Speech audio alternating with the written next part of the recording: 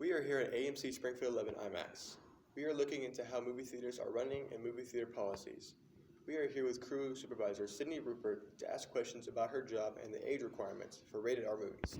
I am a marketing supervisor at AMC.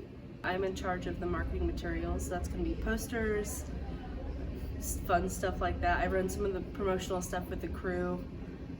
I'm usually here day-to-day basis with guest concerns. I am here 5 days a week, and it usually ranges from 6 to 8 hours. Oh, I love it. I've been here for 3 years. It's my favorite job ever. It's my only job ever, and it's one of the best things ever. The crew is the main part of why I stay. But we follow the MPAA, but basically you have to be 17 years or older to watch a rated R movie. If you're not 17 years older, you have to have someone 21 years of age watching it with you.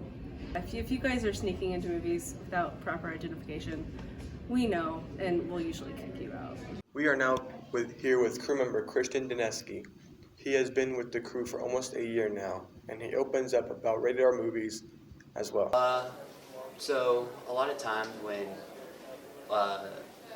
teens want to go to the movies, their parents drop them off and just say it's fine, but technically they have to go into the movie theater with them and watch it, because you could never know what the movie might be showing and how graphic it could be. We have to ID, card anybody who's 25 or younger.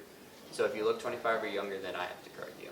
The workers here at the movie theater are underappreciated for many reasons.